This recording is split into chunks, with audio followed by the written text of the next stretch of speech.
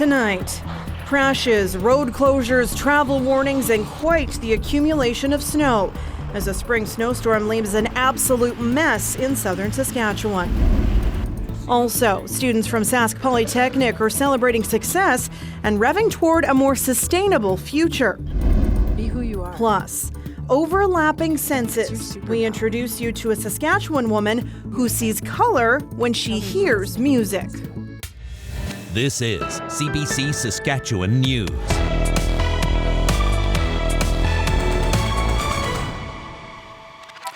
It is Thursday, April 20th, and the CBC Saskatchewan News digital edition starts right now. Good evening and thank you for watching. It is still snowing, not just here in Regina, but all over parts of southern Saskatchewan. Alexander Kwan has more on the impact of what feels like a never-ending spring snowstorm and how people are coping. Blowing snow, stranded vehicles, and shuttered highways. It's become the norm for Saskatchewan over the past 2 days and served as a shock to the system for many who thought winter was actually over. The province's southeast has seen the worst of the storm, but residents in Weyburn were ready, according to Nicole Zahorden. We knew that we were in for it, so I just took some photos of the same spot on my deck throughout the day, just so I could even keep a record of it. You know, it's bad. It's bad all over. Official totals for the snowfall are not yet available, but it will be significant according to officials. The mayor of Weyburn says he wasn't surprised by the storm, but the dense, moisture-packed snow has meant road clearing has taken a little longer. Yesterday, just by my own self, that I had blown off my driveway, and there's probably a foot of snow I blew off, and then this morning we received another good foot of snow. So yes, it's been anywhere from 18 inches to 24 inches of snow. Officials encourage residents of Weyburn to stay off the roads, and by Thursday afternoon, it was clear they heeded that advice. One meteorologist says a late April snowstorm isn't out of the ordinary. She says the system should clear out of the province's southeast by Friday morning. However, don't expect things to warm up too quickly. We should have highs in the low teens, and we're not going to be seeing that. It's going to be struggling to even get above the zero mark. So the melt will be slow, which is probably good news because we don't want a rapid melt. Officials in Weyburn and across the province say they are going to continue to monitor the snow, especially as it begins to melt. Then, as the storm subsides, the focus will likely shift to flood prevention. Alexander Kwan, CBC News, Regina. And our weather specialist Ethan Williams will have more on the weather coming up in just a few minutes. The opposition NDP continues to accuse the government of not listening to healthcare workers. All week during question period, opposition MLAs said Health Minister Paul Merriman was not interested in hearing from doctors and nurses. The NDP pointed to a memo issued on the day the party was meeting in Lanigan. The SHA memo requested healthcare workers not speak to political parties. Opposition MLA Mira Conway claims it's part of a pattern. She called on the minister to create a task force with nurses to discuss solutions. To get to the bottom of the crisis in our ERs. But the minister is ignoring her just like she's ignoring frontline healthcare workers. Why doesn't the minister just pick up the phone and say yes to working with our nurses instead of silencing them? As I mentioned the other day, Mr. Speaker, I'm sitting down tomorrow with nurses from a specific hospital in our centre that have over 100 years of experience in emergency medicine. I'm sitting down with them to glean some ideas that we can be able to try to implement to make things more efficient within our emergency rooms. For them to say that myself, the Minister of Rural and Remote Health, or the people on this side of the House don't listen to healthcare workers is absolutely wrong. Merriman denies the government has made any attempts to silence healthcare workers.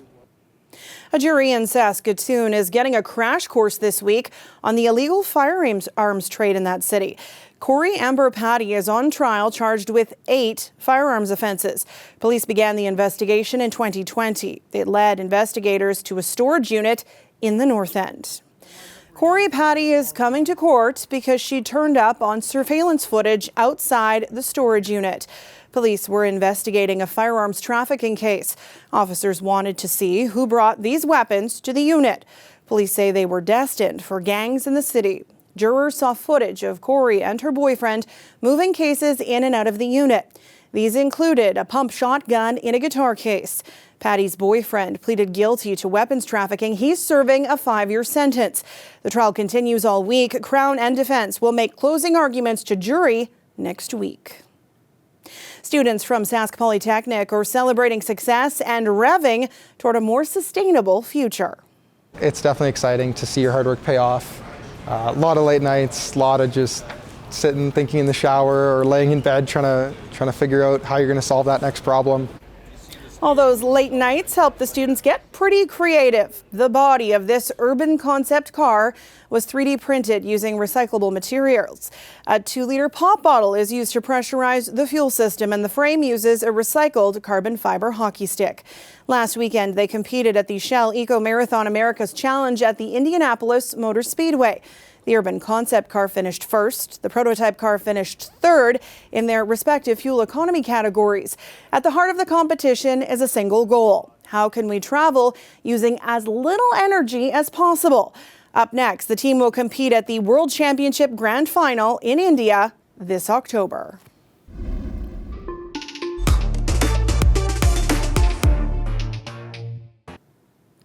Music can bring out many emotions in people, but it can also influence how people think. For one Saskatchewan woman, hearing music results in seeing color. It's called synesthesia, when one sense overlaps another. About 4% of the population has some form of it. In this short film for the CBC Creator Network, Jenaline Anthony shares her experience. My name is Jenaline. I hear in color. These notes have colors associated with them. It's called synesthesia, where one sense overlaps another. I was asked to be more normal, to swim like a fish who can't breathe, even though it's in the water. Growing up, my baba and kiddo spoke Ukrainian around us. So I knew there were other languages and that they were beautiful. And when I wanted to love people in my own language, I did. It was in color. As an adult, I learned about the neurodivergency movement, the celebration of people who think differently from others, eradicating stigmas associated with neurological difference. But this celebration of difference wasn't something I was always aware of. In school, I was told I was a problem. I was difficult, too creative. I was disciplined for it, and then ignored. Like so many students who don't fit in, the bullying I lived through meant I was singled out as a problem. So I learned to hide and cover up. I had to teach myself to tune out my gifts and talents, to quiet them.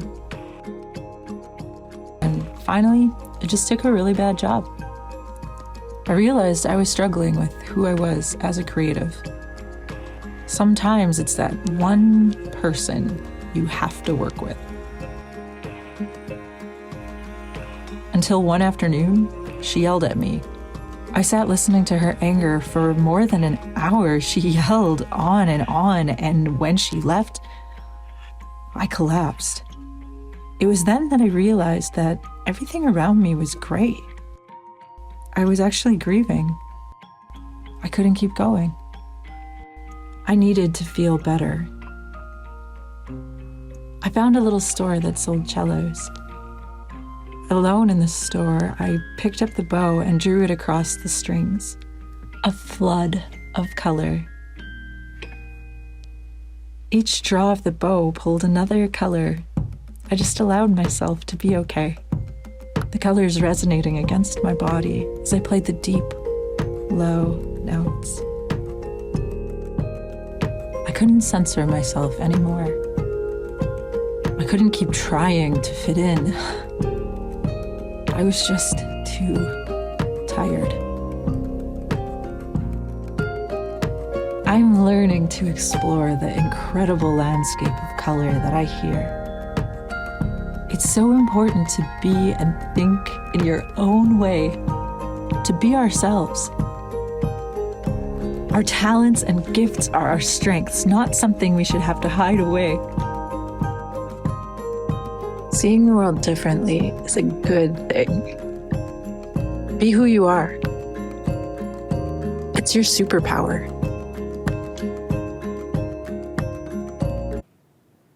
That short film was by Jenaline Antony for the CBC Creator Network. If you're a young digital creator, we want to hear your story. Find out how to pitch by going to cbc.ca/Creator Network SK. This weather update is brought to you by Capital GMC Buick Cadillac. Super Sierra and SUV sale is on now.